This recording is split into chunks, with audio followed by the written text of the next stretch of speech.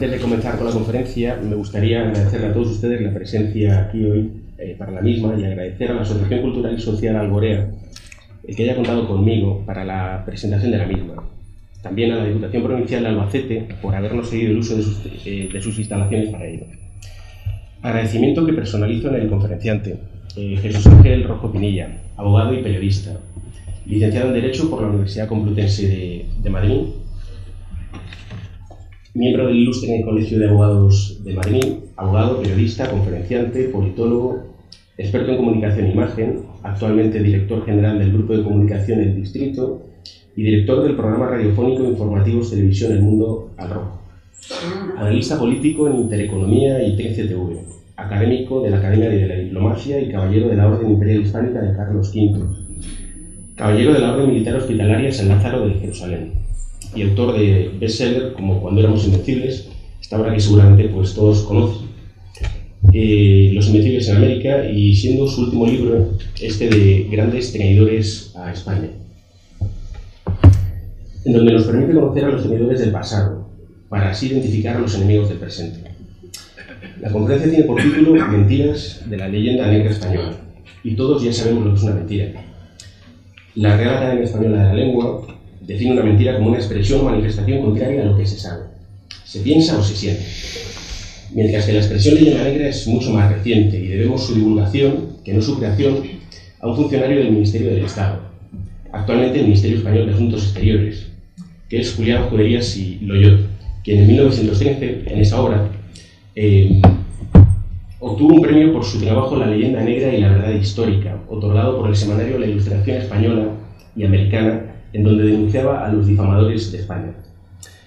La expresión leyenda negra tuvo un éxito inmediato y en él destacan dos elementos. Su origen como reacción contra el Imperio Español, más exactamente contra la Casa de Austria en el siglo XVI, una reacción al éxito de España, que mantenía una posición dominante en Europa y en el mundo, y que le granjeó prestigio, admirada por su dinamismo, prosperidad y sus éxitos.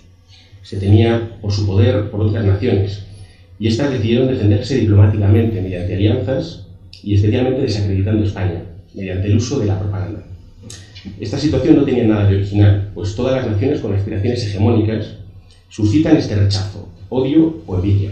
Ayer era la España de los Austrias, la España de los Habsburgo, hoy pueden ser los Estados Unidos. En el siglo XVI, como en el siglo XX, el país más detestado es al mismo tiempo el más envidiado y el más admirado. Pero el hecho diferencial que a mi juicio provoca esta leyenda negra creada por los enemigos de España fue la interiorización de esta leyenda por parte de los españoles, visible en un complejo de inferioridad y de frustración, convenciendo a muchos españoles de que las desgracias de España se explican por la historia de España, culpables por haber descubierto, conquistado y colonizado América, culpables de haber expulsado a los judíos, a los musulmanes, culpables de haber creado la Inquisición, de haber perseguido a los protestantes. Para recuperar nuestro puesto en Europa, debíamos de hacernos cargo de aquel pasado y renegar de él.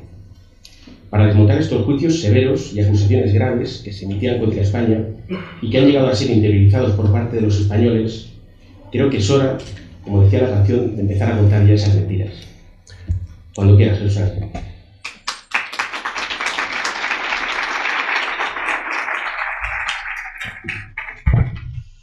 Gracias. Buenas tardes, damas y caballeros. En primer lugar, darles las gracias a todos por estar hoy aquí. Y permítanme darle las gracias de una forma muy especial a la Asociación Alborea y en su nombre a la presidenta, a Consuelo de Castro. Muchísimas gracias por esta invitación y a todos los... Y también pues dar las gracias a Francisco de Borja por esta presentación que ha hecho de mi persona. Señores y señoras, ¿no se oye? ¿Ahora me oyen mejor? Disculpe, pues empiezo desde el principio, no hay problema. Bueno, en primer lugar quiero dar las gracias a todos ustedes por estar hoy aquí y de forma muy especial a la Asociación Alborea por habernos invitado aquí a dar esta conferencia y en su nombre a su presidenta Consuelo de Castro. También dar las gracias a Francisco de Borja, un profesor de un instituto de aquí de Albacete, que sé que está haciendo una gran labor porque los niños conozcan la verdad de nuestra historia y sobre todo porque sean libres, porque dicen que conocer la verdad te hace libre. Desgraciadamente, nos han coartado esa posibilidad de saber la verdad. Y nos la han cortado por una sencilla razón. Primero, porque fuimos tan grandes que ese complejo que tenían nuestros enemigos, pues al final se convirtió en una guerra de propaganda brutal contra España como jamás se ha conocido en la historia. Y luego, desgraciadamente, esa asunción, esa asimilación de la leyenda negra ya a finales del siglo XIX, que desgraciadamente ha llegado intactos a nuestros días. Como muy bien ha hablado Francisco, yo creo que lo primero de todo me gustaría hacer una definición de lo que es leyenda negra. Y para ello, precisamente, voy a hacer la mejor definición que la hace Julián de Juderías. Y dice lo siguiente: el ambiente creado por los relatos fantásticos que acerca de nuestra patria han visto la luz pública en todos los países, las descripciones grotescas que se han hecho siempre del carácter de los españoles como individuos y colectividad, la negación, o por lo menos la ignorancia sistemática de cuanto es favorable y hermoso en las diversas manifestaciones de la cultura y del arte, las acusaciones que en todo tiempo se han lanzado sobre España, fundándose para ello en hechos exagerados, mal interpretados o falsos en su totalidad, y, finalmente, la afirmación contenida en libros al parecer respetables y verídicos, y muchas veces reproducida, comentada y ampliada en la prensa extranjera, de que nuestra patria constituye, desde el punto de vista de la tolerancia, de la cultura y del progreso político, una excepción lamentable dentro del grupo de naciones europeas. Julián de Juderías, yo creo que hace la mayor o la mejor definición de lo que es la leyenda negra.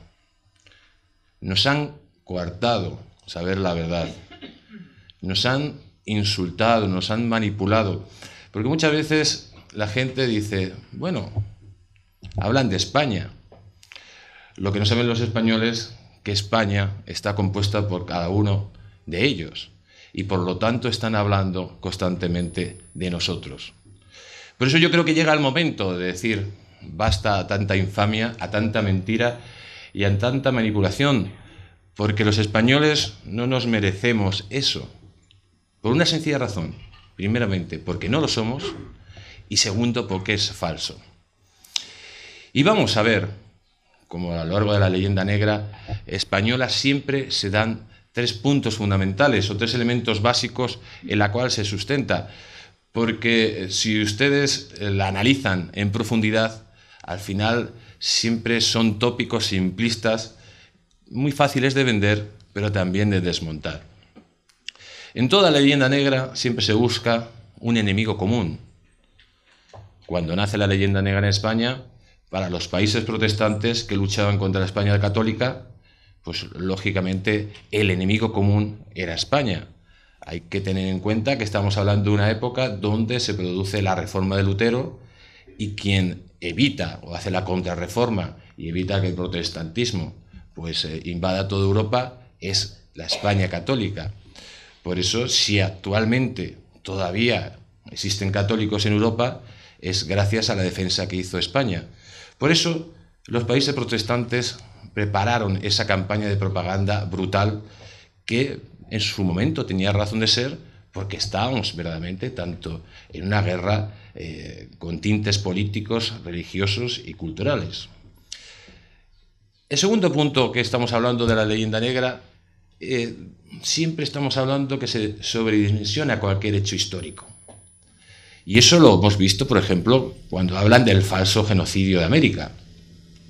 Es cierto que algunos conquistadores seguro que cometieron excesos, pero es más cierto que fue la corona española, primero con el testamento de Isabel de Castilla, luego las leyes de Burgos de 1512, las leyes nuevas de 1542, las que protegieron a los indígenas dándoles unos fueros especiales.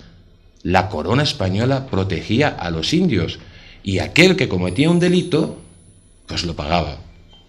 Es como actualmente. Las leyes españolas protegen los derechos y libertades de los españoles, pero seguramente que habrá algún violador, algún atracador o algún asesino.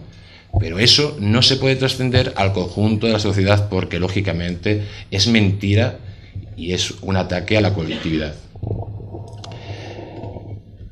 Hablamos también de otro punto fundamental en la leyenda negra, que es la manipulación de la historia.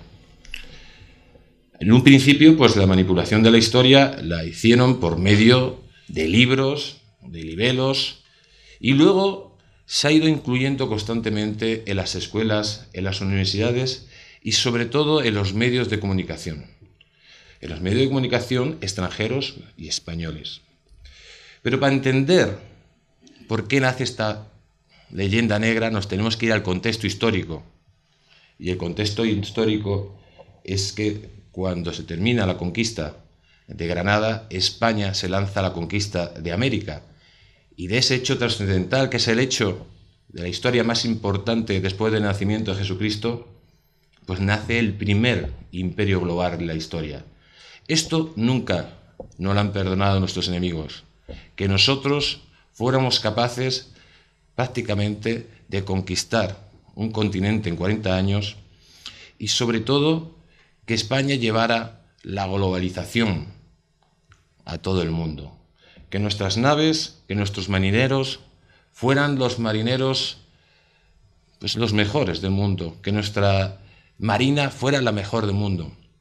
Y sobre todo también, junto a ese hecho de descubrir América, que se abría pues Europa, se abría a un nuevo mundo de oportunidades, pues lo que posteriormente fue la llegada de Carlos V y la herencia de los territorios de Países Bajos, Italia, etcétera, y que fuera nombrado emperador, pues convertía en España en la primera potencia mundial. En la primera potencia mundial hasta tal punto que cuando se descubre América, España y Portugal se reparten el mundo en el Tratado de Tordesillas. ¿Ustedes imaginan actualmente cualquier potencia mundial repartiéndose el mundo como lo hizo España y Portugal? Eso es un hecho muy importante, porque no solo nos convertía en la primera potencia del mundo, sino que además, y más adelante lo veremos, al anexionarnos con el Imperio Portugués en 1580, pues nos convertían prácticamente en el dueño del mundo. A partir de entonces, España tuvo que sostener una guerra contra el resto del mundo.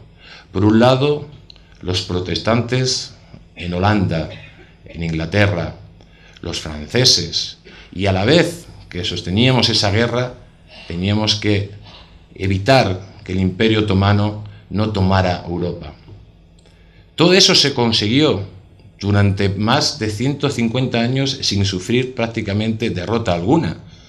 Porque muchas veces nos han hablado de la famosa Armada Invencible en 1588, que parece que el poderío español termina de golpe, algo totalmente falso, ya que al año siguiente, en 1589, la contraarmada inglesa, una armada incluso mayor que la de la Armada Invencible, fue dirigida por el pirata Drake, fue totalmente vencida en las costas de Cádiz, de Lisboa y de las Azores. En este contexto, nuestros enemigos se ven impotentes a la hora de luchar contra España y empiezan a lanzar esa campaña de injurias y calumnias para debilitarnos como imperio, como nación y sobre todo como potencia hegemónica en el mundo. En el mapa pueden ver pues cómo los territorios que llegó a gobernar Felipe II, pues el famoso dicho, no se ponía el sol, teníamos territorios en Asia, en África, prácticamente toda América. El Océano Pacífico le llamaban el lago español. Las rutas marinas entre el Atlántico y América eran totalmente controladas por los españoles, a pesar de los mitos de los piratas. Las rutas marítimas en el Pacífico eran totalmente controladas por los españoles. Por lo tanto, ¿qué forma tenían nuestros enemigos de luchar contra nosotros? La difamación y la propaganda. Y cuando hablamos de difamación y propaganda, tenemos que hablar de los tres padres de la leyenda negra española. Por un lado, tenemos que destacar al dominico Bartolomé de las Casas, que en muchas ocasiones incluso mucha gente ha pedido que le hicieran santo. De hecho, Simón Bolívar decía que era el evangelizador de las Américas, ¿no? El señor Bartolomé de las Casas, que fue un encomendero, que posteriormente de ser encomendero pues se convierte religioso y inicia una lucha brutal contra ellos, pues en un momento determinado seguramente que viera excesos de los españoles, de los conquistadores, y era muy loable denunciarlos. Lo que sucede que en sus escritos no denuncia esos excesos, sino que los manipula. Estamos hablando de su libro La brevísima relación de la destrucción de las Indias. Bartolomé de las Casas acusó a España de haber cometido el mayor genocidio de la historia por encima del comunista o del nazi.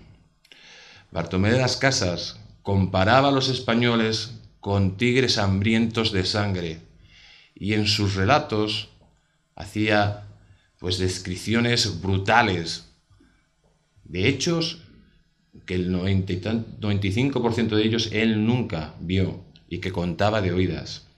Incluso contaba historias de que había estado en Río de la Plata cuando nunca había estado, que había estado en Perú y contaba cómo había sido la conquista por Pizarro cuando él nunca había estado. Y de hecho prácticamente pasó muy poco tiempo en las Américas, porque este señor, bajo su activismo radical, lo que pretendía era condicionar el gobierno del emperador para, de esa forma, pues alcanzar sus objetivos personales. En su momento fue denunciado por Fray Toribio, uno de los 12 apóstoles de México, el cual, en una carta al emperador, denunciaba las falsedades de Bartolomé de las Casas. Y las denunciaba de la siguiente forma. Cuando decía que grave es injuriar falsamente a una persona, Dios te puede perdonar. Grave es injuriar a 100 personas, pero se puede perdonar. Pero lo que no tiene perdón de Dios es injuriar a una nación y sobre todo en su proceso histórico más importante, como hizo Bartolomé de las Casas. Fray Toribio ponía otros ejemplos. Ponía el ejemplo de Sevilla. En Sevilla hay ladrones, en Sevilla hay asesinos. Si durante 30 años empezamos a escribir todos los asesinatos, todos los robos y todas las incidencias jurídicas que hubo en Sevilla, seguramente que hubiera muchísimas más incidencias de las que sucedían en la Nueva España. Por eso, este libelo contra sus compatriotas, lo cierto que fue utilizado por nuestros enemigos. Y hay que detectarlo, porque es a partir de aquí, sobre todo, cuando surge de una forma ya grotesca el ataque a España. Habló Bartolomé de las Casas de que los españoles habían matado primero a 12 millones de personas, luego a 15 y luego a 24. Tendría que explicar este señor cómo se puede matar a 24 millones de personas cuando los últimos estudios recientes del señor Ángel Rosenberg hablaba que cuando llegaron los españoles no había más de 13 millones de indios. Y sobre todo, cuando habla de genocidio, confundiendo lo que fue un choque biológico entre europeos y americanos con lo que es un genocidio. Es verdad que hubo una gran mortandad por las enfermedades que llevaron los europeos a América. De hecho, el 95% de las muertes fueron por enfermedades. Dicen que un 2%, un 3% fueron por trabajos y solo un 1% fueron por guerras. Y de hecho, se está demostrando. Cuando se encuentran tumbas, se ven que esas tumbas, pues en sus huesos no hay restos de golpes de espada, y son huesos que están limpios, por lo tanto murieron por una enfermedad y no por batallas. Bartolomé de las Casas ocultó falsamente que los indios eran antropófagos y que hacían sacrificios humanos. Comparaba a los españoles como tigres hambrientos de sangre y sin embargo decía que los indígenas eran ovejas mansas. Señores, cuando España llega a América, lleva la civilización en todo su sentido, con errores seguramente, con abusos seguramente, pero lo que sucedía en América era un holocausto. Los aztecas no solo hacían sacrificios humanos, sino que se comían a los seres humanos para mantener sus dietas. Pero no solo los aztecas, sino los indios caribes. De hecho, la palabra caníbal viene precisamente de los indios caribes. La mayoría de las poblaciones indígenas eran antropófagos. Los chichas, cuando Gonzalo de Quesada hace su famosa expedición por el río Magdalena, les lanzan bebés a los españoles para que se los coman. O cogían los caciques de turno y tenían relaciones con las esclavas sexuales que tenían allí, a los niños se les daba de alimentar y posteriormente con 12 y 13 años o con 11 años se los mataban para comérselos. ¿Ustedes se pueden imaginar que alguien pueda reivindicar ese horror? Es que reivindicar el horror que vivían miles y miles de personas, porque al final este sufrimiento lo vivían los mismos indígenas. Y los españoles, cuando llegan a América, terminan con el canibalismo y con los sacrificios humanos. Esto es un hecho que nadie puede decir que es mentira, porque es verdad.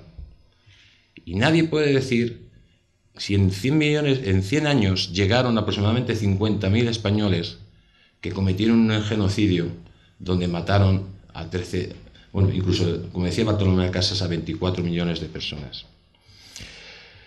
Este libelo, estas mentiras de Bartolomé de las Casas fueron luego utilizadas por los enemigos de España. Y precisamente fue el taciturno Guillermo d'Orange, aquel que se levantó ilegítimamente contra Felipe II, aquel que tenía tal ambición que, siendo familia del rey y siendo cuidado por su tía y por su padre, traicionó no solo a aquellos, a su familia, sino a su rey legítimo. Estamos hablando de Guillermo d'Orange y cómo levanta a Holanda contra los españoles de forma, pues utilizándolo, ustedes lo van a entender perfectamente, utilizando los mismos argumentos que se utilizan en una región de España. Primero, creando una historia falsa, diciendo que los españoles son culpables de todo, que los españoles les roban, y posteriormente, pues utilizando esa historia y esa máquina de difamación contra los propios españoles para poder argumentar su traición, su felonía. Ese fue Guillermo d'Orange, otro de los padres de la leyenda negra, y fue autor de otro libelo. Estamos hablando de Apología, un libro que supuestamente dicen que lo escribió él, pero al parecer no lo escribió, pero se escribió bajo sus órdenes. Aquí utiliza 3 argumentos muy básicos para dañar la imagen de España y de su rey. Primero, denuncia la tiranía del rey, de Felipe II. Luego denuncia las barbaridades de la Inquisición. Y lo denuncian, y esto hay que decirlo, es verdad. Cuando se habla de leyenda negra, constantemente se habla de las barbaridades de la Inquisición española. Esto es peor que la Inquisición española, nos dicen en multitud de veces y de ocasiones. Señores, vamos a decir las cosas claras. La Inquisición española era de broma al lado de las Inquisiciones protestantes. Es que en Holanda se quemaron más de 60.000 brujas. Es que la persecución que hacían los ingleses a los católicos ha sido brutal. Es que pongamos un ejemplo más allá. En Suecia, la avanzada y progresista Suecia, hasta el año 2000, en este siglo ya, tenían que renegar de la religión católica para ser ciudadanos de Suecia. Eso no se cuenta, solo se cuenta que la Inquisición española era mala, malísima, cuando los datos verdaderamente, es verdad, estamos hablando de unos 150.000 procesos que inició la Inquisición. De esos 150.000 procesos, aproximadamente 4.000 terminaron en sentencia de muerte. De esos 4.000 sentencias efectivas, fueron la mitad. Estamos hablando de 2.000 personas ejecutadas por la Inquisición española, cuando las inquisiciones de los protestantes pues, hicieron una verdadera masacre. 2.000 personas en 3 siglos y medio de Inquisición. Y esta gente pues mató a más de 10.000, 150.000 personas en sus respectivos países.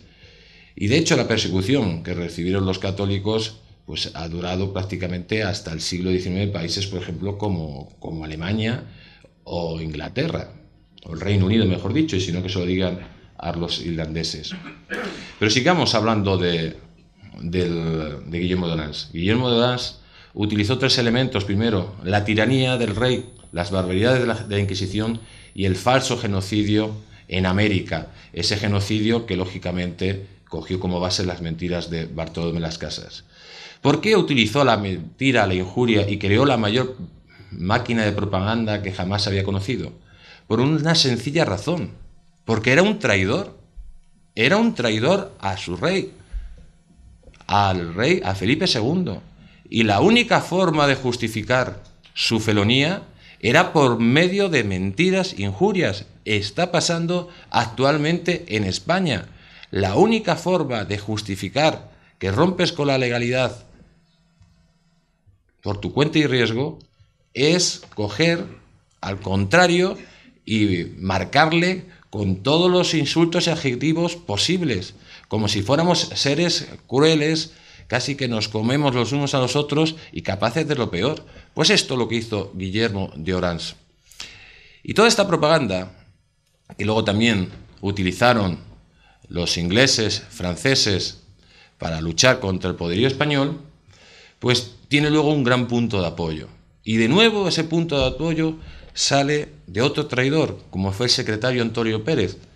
Para ponernos en situación, Antonio Pérez era casi la mano derecha de Felipe II, y este señor, que vendía secretos de Estado a los rebeldes flamencos, pues organizó el asesinato de Escobedo.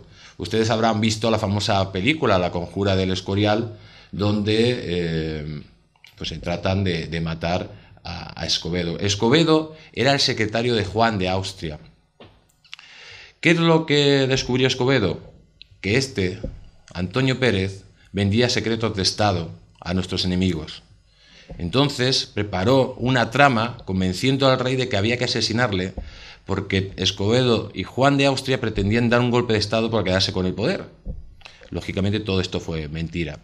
Al final terminan con la vida de Escobedo. Terminan en el callejón de la Almudena, ahí en la calle Mayor, en Madrid. Y después de todo esto, muere Juan de Austria y le llega la correspondencia a Felipe II. Lo que ve Felipe II en todos los papeles de Juan de Austria es que Antonio Pérez mentía. Y ahí se inicia la persecución de Antonio Pérez. Primero lo meten en la cárcel, luego posteriormente se escapa de la cárcel casi como una película de Hollywood, llega a Aragón, ahí provoca el enfrentamiento de aragoneses con las tropas del rey. Posteriormente se va a Francia, donde convence al rey francés para que invada Aragón, y posteriormente pues los aragoneses decían que iban a apoyar a los franceses.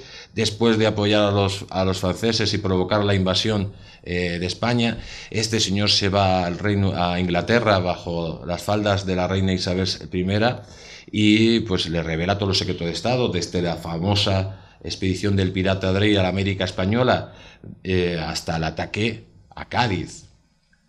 O sea, era un traidor que se vendía a nuestros enemigos por 4 monedas. Pues este señor, con su venta de secretos y con su libro Relaciones, donde de nuevo atacaba a Felipe II de forma brutal, pues fue otro elemento más para hacer más grande esa leyenda negra. Podemos hablar de muchísimos más personajes que contribuyeron, como Teodoro Bray, etcétera, a la leyenda negra. Pero yo creo que el padre fundamental, los padres fundamentales son estos 3. Sobre todo, el libelo de Bartolomé de las Casas, las mentiras de Bartolomé de las Casas que lanzó contra sus propios compatriotas, que fueron utilizados por enemigos como los rebeldes holandeses y posteriormente por los ingleses.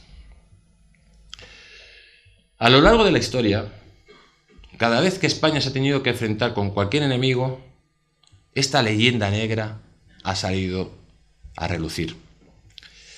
¿Y qué pasa cuando a una persona se le injuria, se le calumnia, se le dice que es peor, que es un asesino? Que al final parece que está justificado matar, robar y esclavizar a esa persona. Y eso es lo que pretendían nuestros enemigos. Por medio de estas mentiras, de estas injurias, lo que pretendían eran destruir nuestra nación y sobre todo socavar el poder de nuestro imperio, del imperio español. Lo vimos luego posteriormente, pues como después de los holandeses, como los ingleses continúan con ese ataque constante a nuestra nación. Posteriormente la leyenda negra explota de nuevo con la emancipación de los países hermanos, donde pues Simón Bolívar, uno de los principales líderes, pues destaca en esa ampliación de la leyenda negra.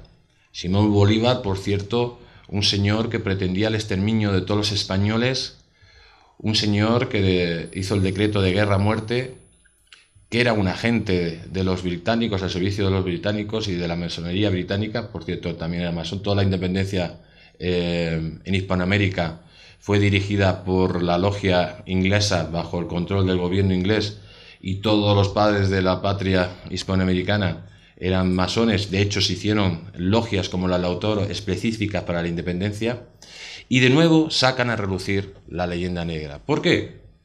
Porque es una forma de justificar las atrocidades que hicieron. La emancipación de América supuso un avance para los países hermanos o un atraso.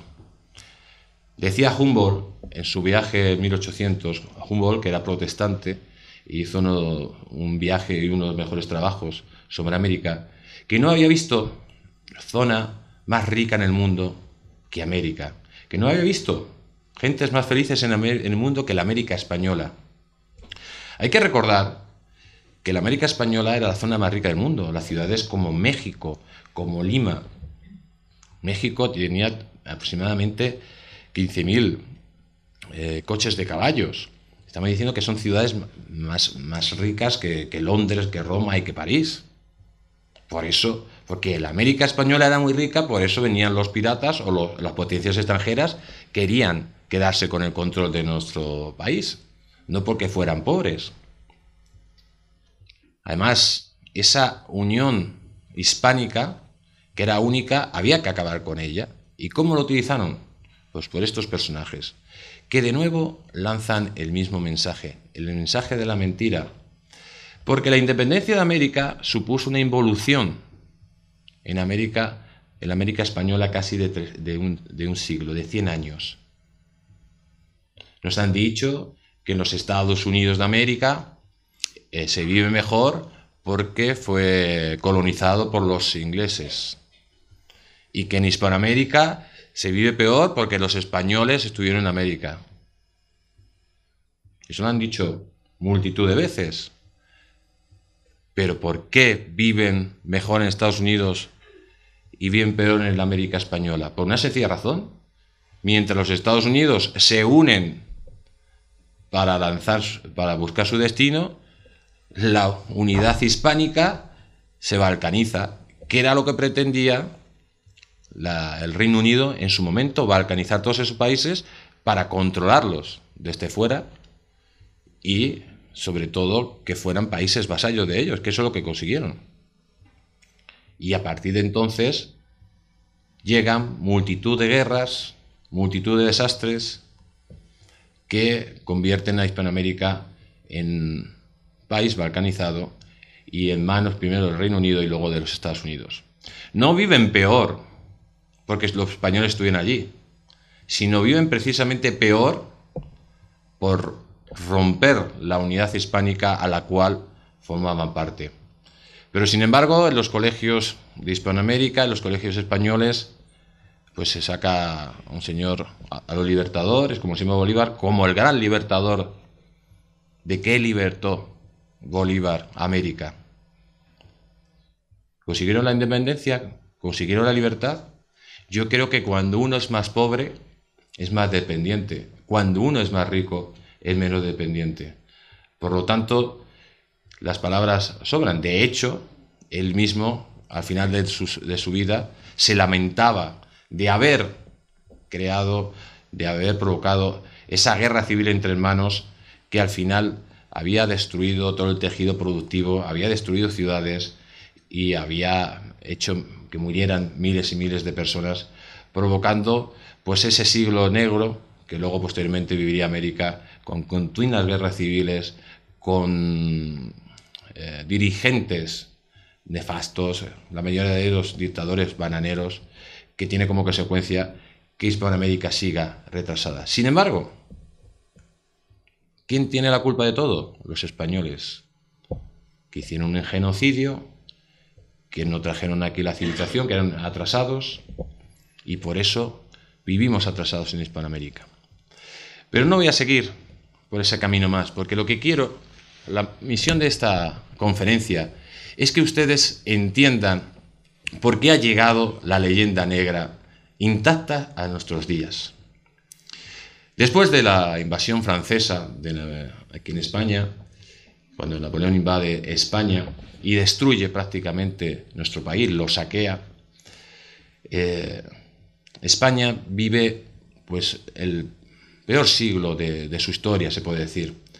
Primero se emancipa las provincias de ultramar y posteriormente es un siglo de guerras civiles. Este siglo termina con la pérdida de las últimas provincias de ultramar, con la pérdida de Cuba y Filipinas y las islas del Pacífico. Y en este momento es cuando determinados pensadores pues empiezan a buscar explicaciones de por qué ha sucedido todo esto. Y hay un movimiento que es el regeneracionismo, que empieza a aceptar la leyenda negra. Las características de este movimiento, pues una, muy loable, que es la modernización del país. Otra, la destrucción de la restauración del sistema vigente. Y el otro, el más importante y el que nos vamos a lanzar o a explicar, es el rechazo del pasado español. La culpa de que perdamos Cuba y Filipinas no es nuestra, es de nuestros abuelos. Es lo que estaban diciendo. En vez de autocrítica de ellos mismos, querían echar las culpas a nuestro pasado. Y este es el momento clave de la historia de España para que ustedes entiendan por qué esa leyenda negra,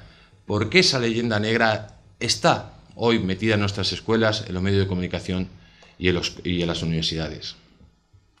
El regeneracionismo, una de las personas que encabezaba este movimiento, era Joaquín Costa, y decía cosas como las que voy a leerle a continuación.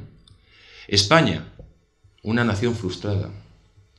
Fundar España otra vez como si no hubiera existido, decía.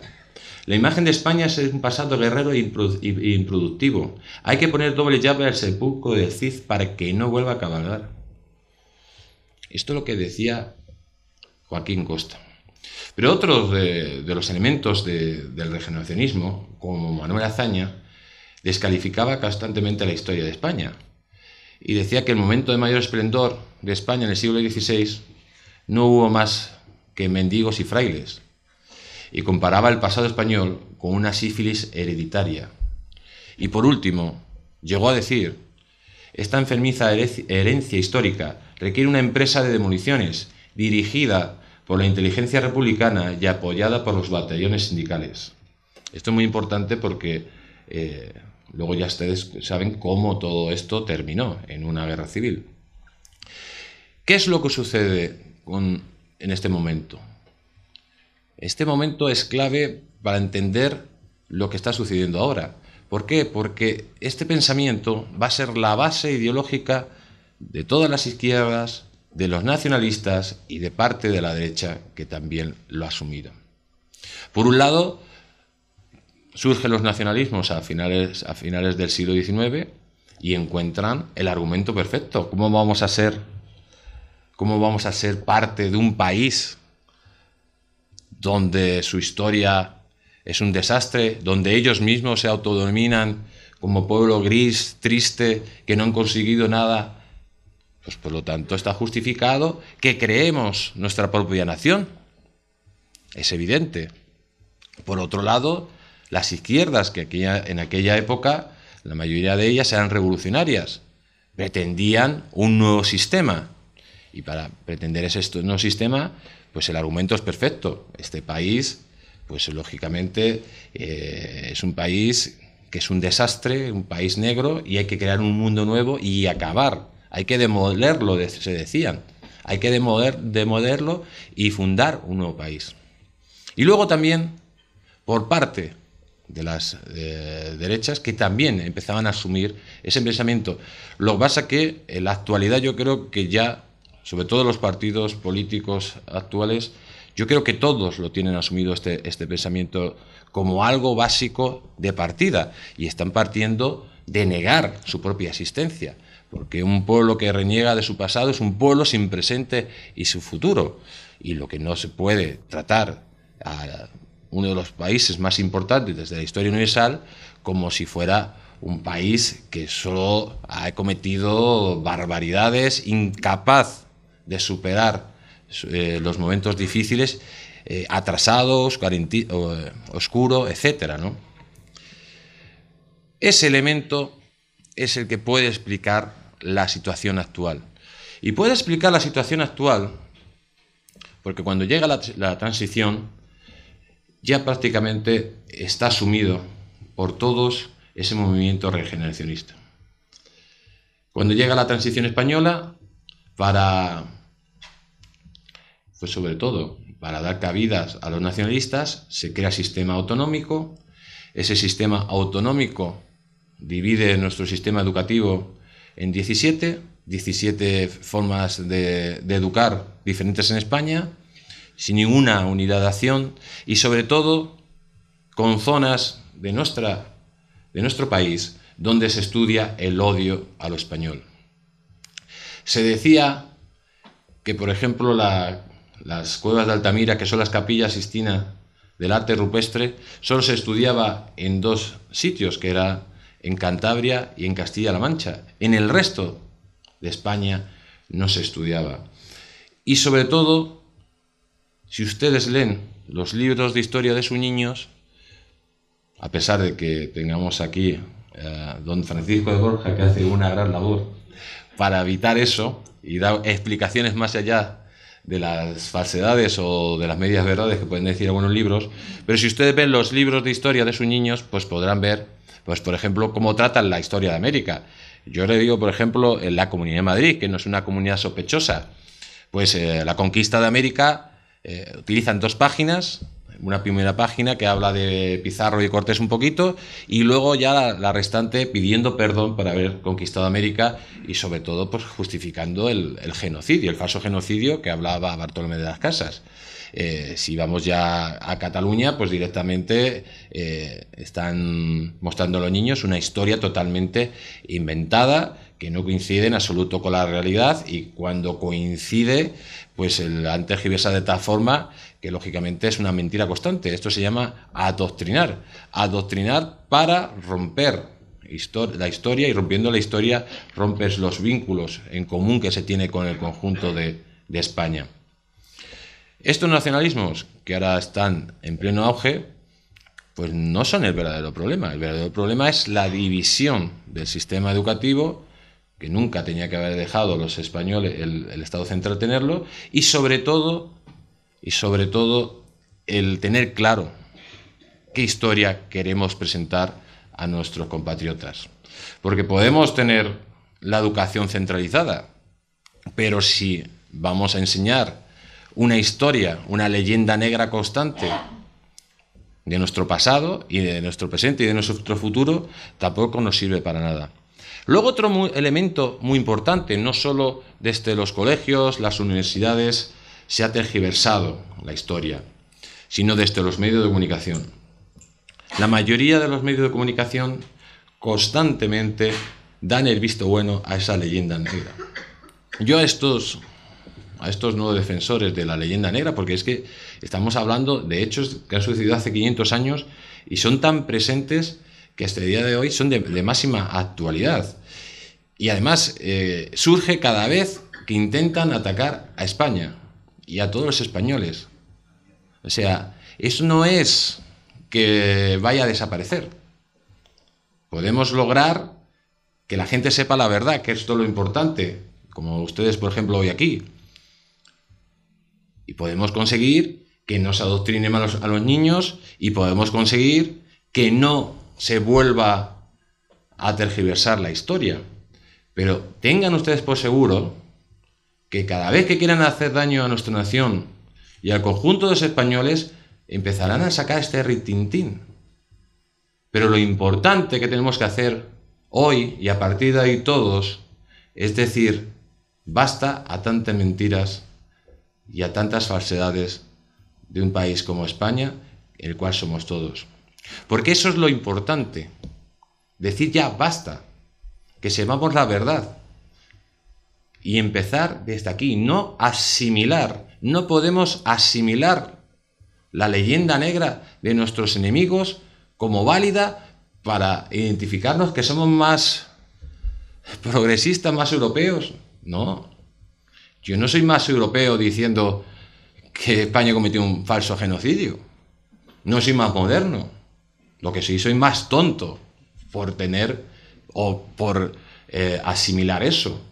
Yo no soy más que nadie, más inteligente asimilando las injurias y las calumnias a nuestros antepasados, a nosotros mismos. Y es que parece que tenemos que aceptar esto para que nos acepten. Nosotros no nos tiene que aceptar nadie, nos tenemos que aceptar primero nosotros mismos. Y ser capaces de identificar la verdad y la mentira, y cada vez que hablen personajes que mienten de forma descarada, de forma insultante para todos nosotros, poder contrarrestarles con la verdad. Y no solo los medios de comunicación, como he dicho, ha sido constante y machacón.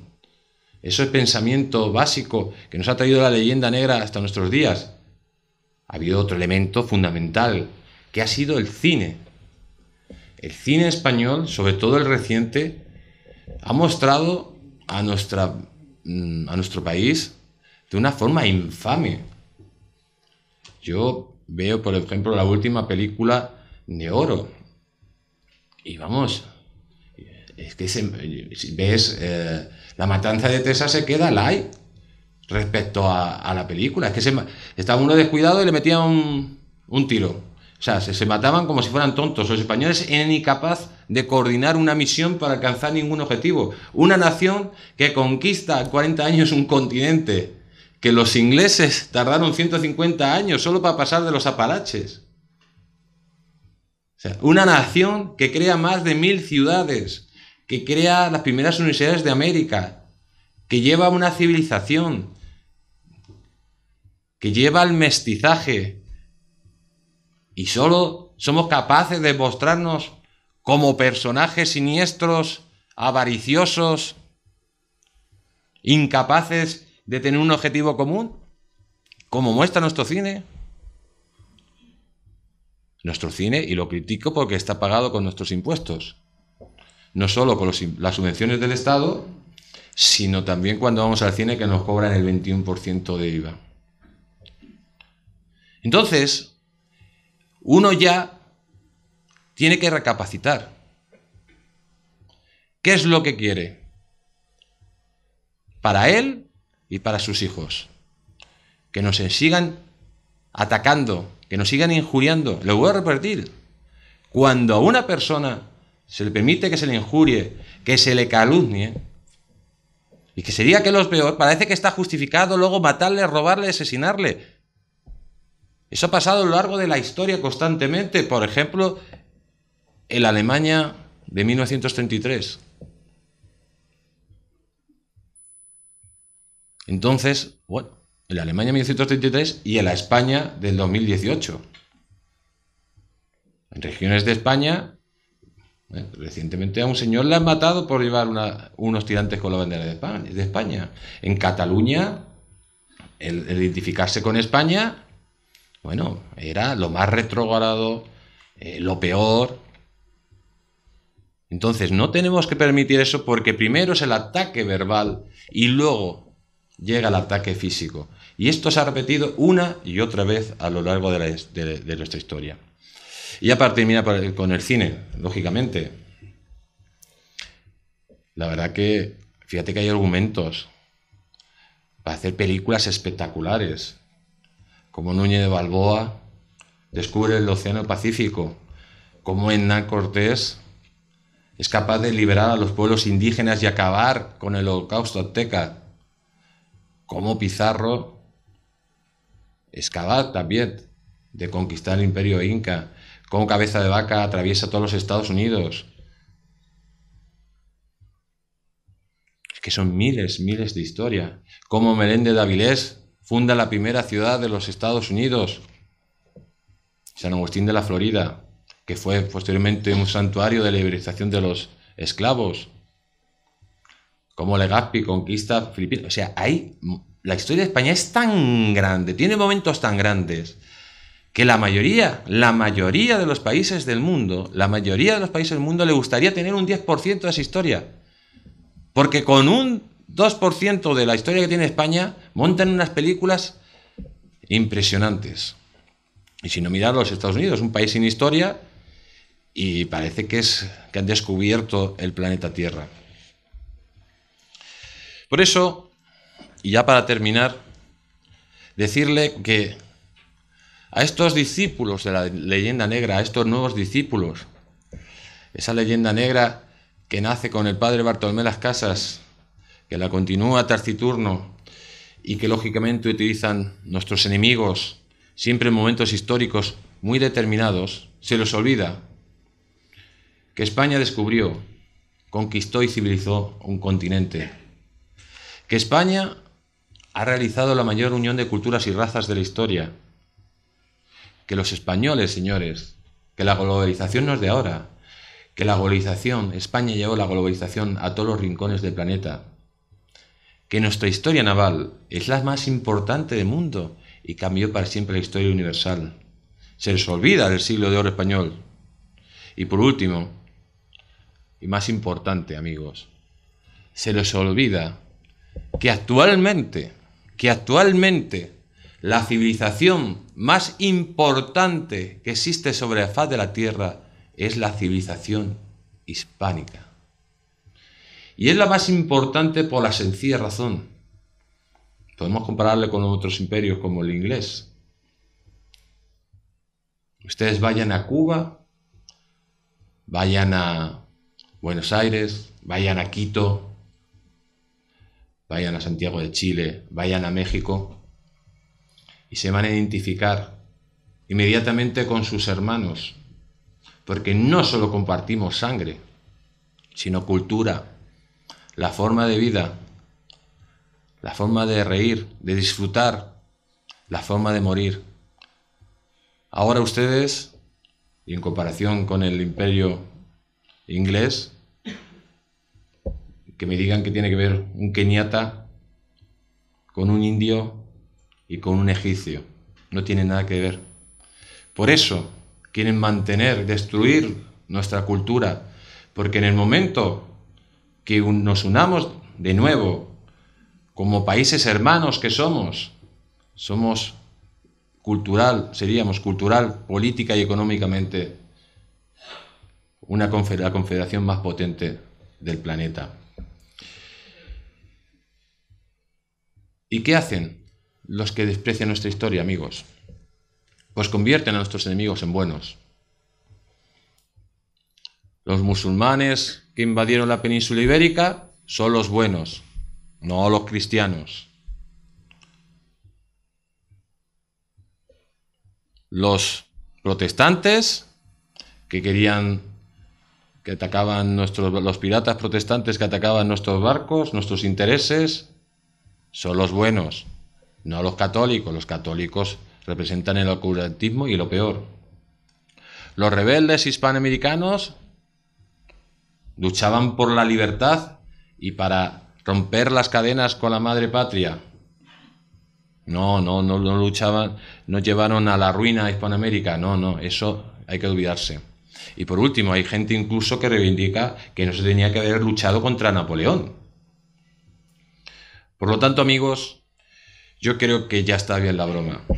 Y llega el momento de decir basta, de tener las ideas claras, los principios claros y sobre todo estar orgulloso de nuestros antepasados que nos han traído hasta aquí, hasta un momento histórico con todas las dificultades que estemos pasando, pero que sitúan a nuestro país en uno de los mejores del mundo y en el país donde mejor se vive.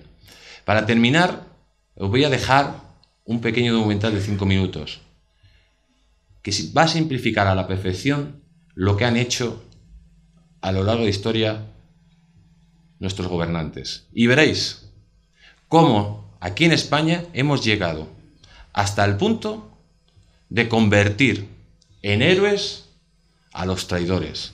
Algo único que no pasa en ningún otro lugar.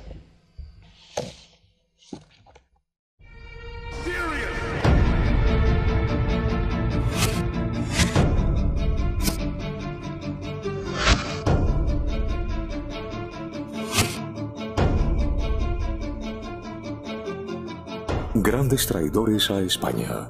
Porque solo conociendo a los traidores del pasado podremos identificar a los enemigos del presente. Las civilizaciones rinden homenaje a sus héroes, pero también en ocasiones a sus traidores, a sus demonios, como esta estatua, la del ángel caído, el diablo en el Parque del Retiro de Madrid. Igualmente, nuestra historia en ocasiones rinde homenaje a nuestros traidores, todos aquellos que Jesús Ángel Rojo ha reunido en este libro, Grandes traidores a España. Javier, porque solo conociendo a los traidores del pasado podremos identificar a los enemigos del presente. En España estamos muy acostumbrados a hacer homenajes a aquellos que quisieron destruir nuestra patria. Vamos a conocer algunos ejemplos.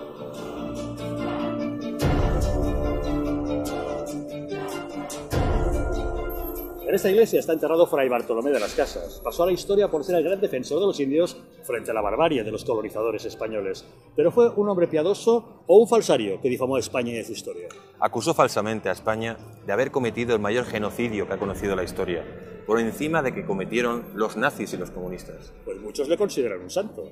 Pues este señor es el padre de la leyenda negra antiespañola.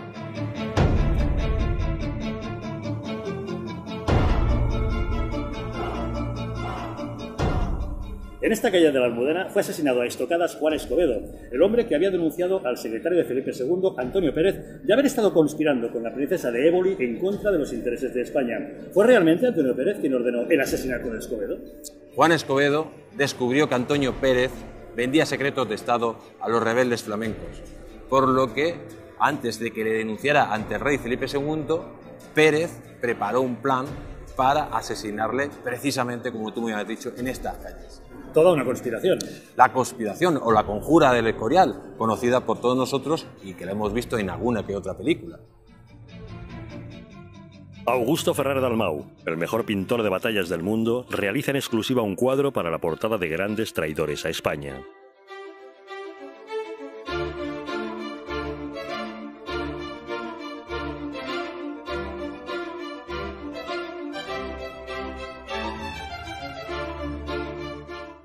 Es la traición de Villafáfila. En la pintura, fiel a la historia, vemos a Fernando el Católico desahuciado por los nobles castellanos y obligado a entregar el gobierno de Castilla a Felipe el Hermoso.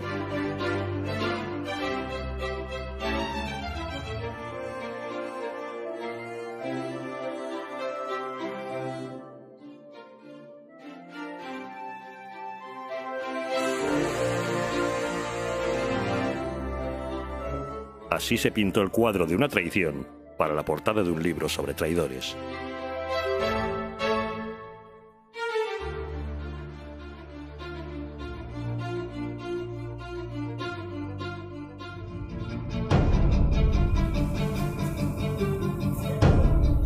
Simón Bolívar acaudilló la rebelión en el Nuevo Mundo contra el yugo de los españoles. Pero ¿fue realmente un libertador para los suyos o más bien un lacayo de los británicos para usurpar el poder a los españoles? Simón Bolívar formaba parte de un sofisticado plan de los británicos para apoderarse de la América española.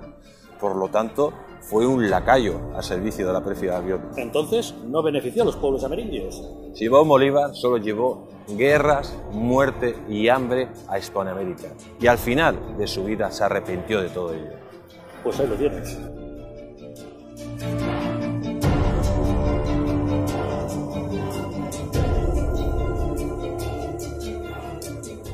En la calle del Turco, que ahora se llama Marqués de Cubas, fue asesinado el general Prim en 1870. Tras la muerte del general, el destino de España fue realmente aciago.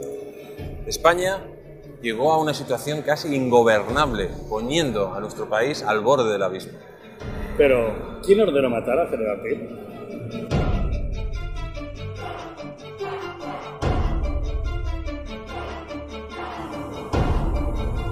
Fue el general Francisco Serrano quien, de ser el amante de Isabel II, pasó a convertirse en el mayor conspirador contra ella, quien ordenó el asesinato del general Prim. Todo magnicidio surge del núcleo duro del poder, y en esos momentos el general Serrano, que era el jefe del Estado, estaba en el núcleo duro del poder. Será pues la historia quien deba juzgarle. En el libro damos algunos indicios, pero la historia todavía no la ha juzgado. Muchos son los vestigios y monumentos que nos recuerdan nuestra historia.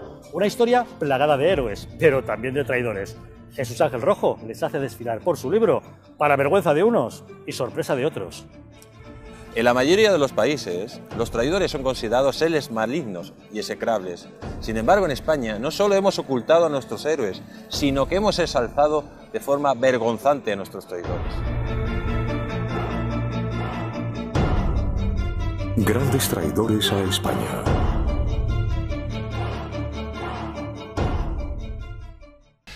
Pues ya han visto ustedes lo que ha sido una vuelta por las calles de Madrid y sobre todo las consecuencias de salzar a los traidores y no a estos héroes. Muchísimas gracias por estar aquí sentados con nosotros y por su presencia, y le dejo la palabra al profesor.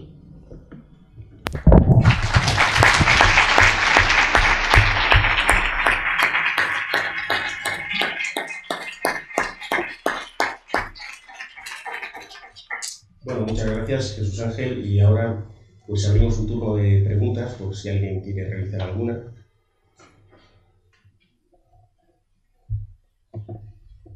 Solamente un comentario, que Antonio Pérez también tiene una calle en Madrid, cerca de Joaquín Costa. Sí, no, la verdad, Antonio Pérez. Simón Bolívar no solo tiene estatuas, sino que tiene colegios públicos con su nombre. Al lado de Simón Bolívar está San Martín, el cura Hidalgo. En Getafe me parece que hay una calle por el señor Companys. Por ejemplo, traidores como Pau Clarís, bueno, eso tienen calles en Cataluña, sino estatuas. Y luego, pues, si vemos en Madrid, vemos en Madrid que los héroes, la calle, por ejemplo, Orellana es una calle chiquitita, y la calle Hernán Cortés es una calle chiquitita al lado del barrio Chueca que casi nadie conoce, ¿no? La verdad que es un poco lamentable que esa asimilación, ese complejo que algunos pretenden meternos, pues tengamos que homenajear a aquellos que nos quisieron destruir, mientras que ocultamos a los que nos hicieron grandes.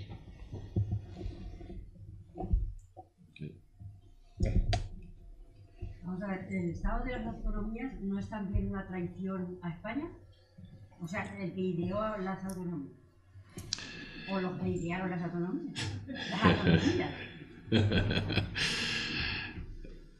La estructura política del Estado de las Autonomías, como tal, no es una traición, sino la utilización de esa estructura política para destruir el país.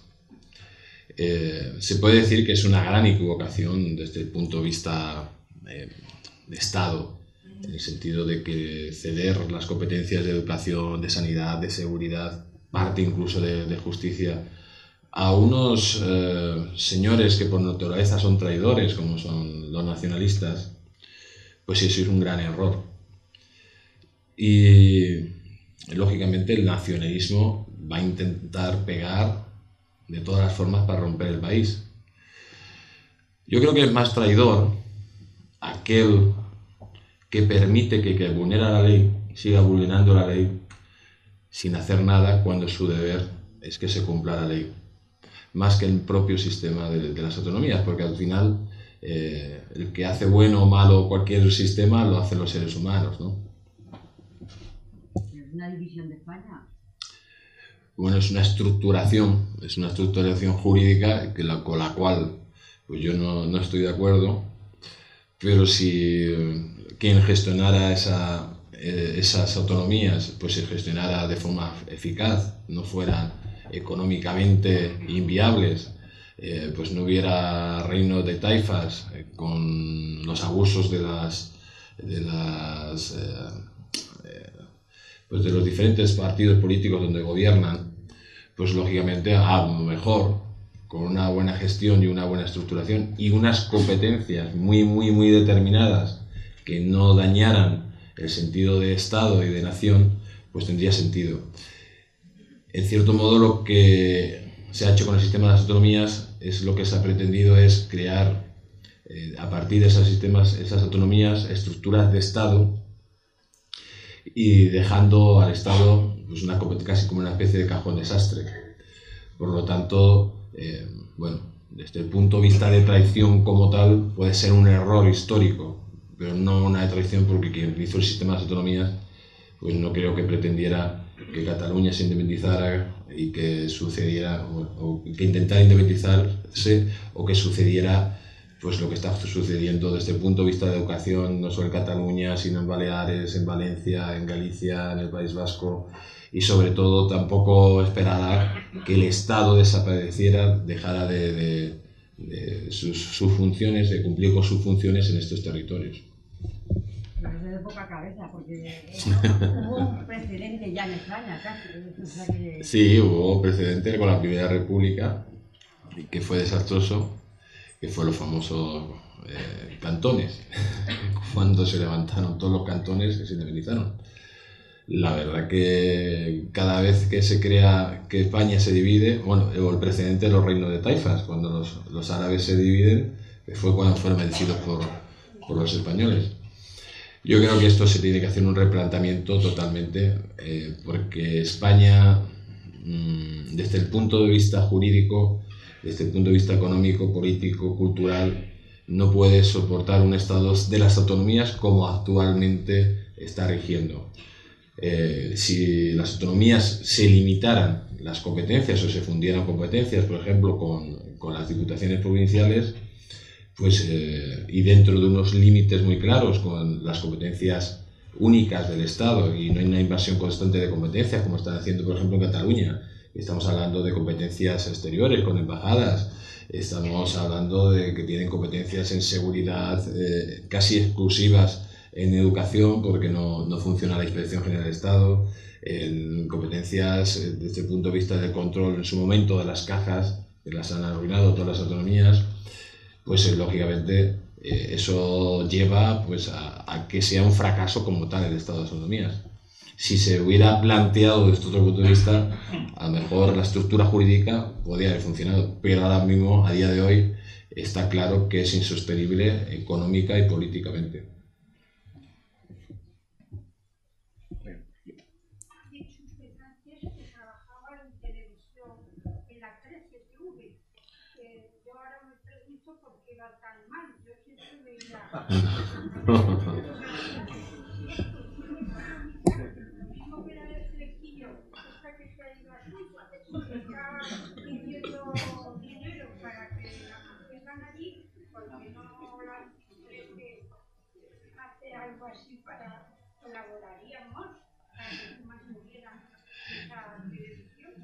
Bueno, yo he colaborado en alguno que otro programa en 13TV y pero desgraciadamente pues tienen un gasto, ¿no? Una deuda muy grande que no pueden sostener, porque en España, desde el punto de vista de los medios de comunicación, hay un duopolio que controla, que es Mediaset y A3 Media, que controla el 89% de toda la publicidad que hay en España. El 89% de la inversión de la publicidad que hay en España se lo comen esos dos grupos, ese duopolio mediático. Por lo tanto, es muy difícil que esa publicidad pues llegue a otros medios de comunicación. Por lo tanto, un medio de comunicación que no le llega publicidad, que no le llega dinero, pues al final se va consumiendo por las deudas. Pero ese es el sistema que han creado tanto un partido como otro, que parece que lo que quieren es que solo haya pues ese control mediático de esos dos grandes grupos, para que la gente pues tenga la información de una forma determinada y no se sepa determinadas cosas que a lo mejor no interesa al poder.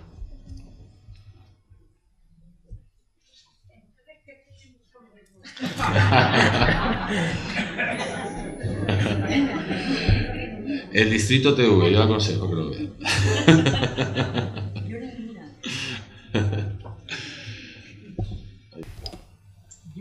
Vamos a ver, fuera de España no les conviene también que nosotros estemos divididos, y además mediante la lengua, porque los anglosajones quieren imponer su lengua a machamartillo. Entonces en España vas al Corte Inglés y te encuentras todas las leyendas en inglés, todo en inglés. Aquí en España parece que no existe el español. Bueno. Sí, no, sí, es verdad. Se está produciendo un proceso de aculturación de la sociedad constante. De hecho, es acelerado. En estos últimos años va a una velocidad brutal, hasta tal punto de que a mucha gente ya le oyes hablar, y ese proceso pues ya es profundísimo dentro de él, ¿no? El otro día estaba escuchando un programa de radio y me decían que le daba lástima que en Segovia, que en la majestuosa ciudad de Segovia, pues al lado del acueducto hubiera un Burger King. Subiendo al lado de la estatua de Juan Bravo me parece que había un Foster Hollywood, y al final lógicamente hay que estar abierto al mundo, pero siempre teniendo y defendiendo lo tuyo, porque quieran o no, los anglosajones que quieren invadirnos con su cultura, de hecho ya estamos asimilando fiestas que festejan la quema de brujas, como el Halloween. Parece que es lo más bonito, ¿no? Cuando tenemos fiestas populares 1000 veces mejores. Pero al final los anglosajones saben perfectamente que el idioma del futuro es el español. De hecho, son 600 millones de personas los que hablan el español, que es la segunda lengua materna del planeta Tierra, y que tiene un potencial brutal. Dicen que en el año 2050 en los Estados Unidos se va a hablar más español que inglés. Y además saben perfectamente también el potencial que tiene la cultura hispánica.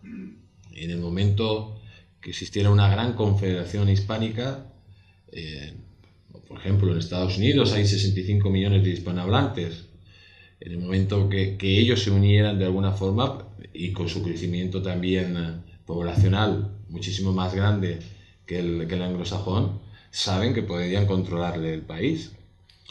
Por eso, ahora mismo en los Estados Unidos hay estos ataques brutales, por ejemplo, contra las estatuas de Colón y contra la presencia española. Porque lo que pretenden, ¿qué pretenden? Que no estén unidos. ¿Y cómo no están unidos? Pues con la sencilla razón, diciéndole que no tengan un punto en común. Y el punto en común es la historia en común. Y eso es lo que están haciendo los anglosajones. Por un lado, pues intentar culturizar el conjunto de las sociedades en general, pero sobre todo la española, y sobre todo dividir y vencerás.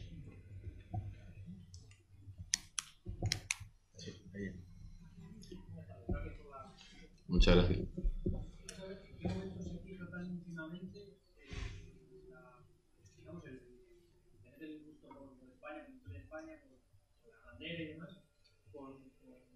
Ser de derechas, o que nos tachen de ser de derechas, o de fachas incluso. ¿En qué momento se fija tan íntimamente esa relación de una cosa con otra? Bueno, el tema como hemos dicho antes, digamos, el proceso de denostar la tradición, la historia y todo, pues nace de ese regeneracionismo, que es la base ideológica de todas las izquierdas, de los nacionalismos y de parte de ya gran parte de la derecha, ¿no? Pero sobre todo ese momento de la transición donde algunos no admiten que la bandera de España es la roja igualda, y que siempre ha sido la roja igualda, y que es la bandera constitucional, porque identifican pues esa bandera pues con un proceso histórico bueno, es verdad que se hicieron esos colores, pero es que es la bandera que lleva siglos en España. Entonces, lo que pretenden de alguna forma es crear ese conflicto constante no aceptando los símbolos nacionales, no aceptando la monarquía, no aceptando la bandera, no aceptando lo que es España, porque algunos pretenden crear una gran revolución para destruir nuestro sistema e imponer procesos revolucionarios como han vivido en Cuba, Venezuela o se está viviendo en Bolivia. Entonces, esa es su intención. Por eso no aceptan la bandera de España, porque no es su bandera. Porque ellos no quieren esta España, ellos quieren otra cosa. Y por eso tienen que tener otra simbología y hay que detestarla. Y, como hemos dicho antes, insulta, injuria, calumnia. Y entonces, luego está justificado que te maten por llevar tirantes con la bandera de España. Ahí al final. Ahí al final, por ahí.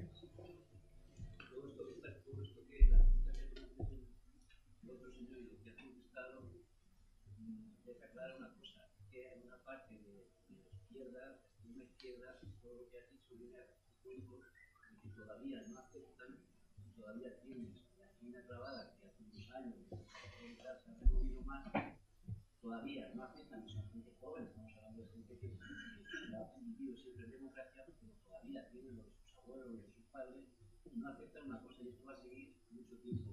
No aceptan que en España fue el único país en el que se derrotó al comunismo en una guerra civil o civis, y eso todavía ellos no lo aceptan. Que perdieron.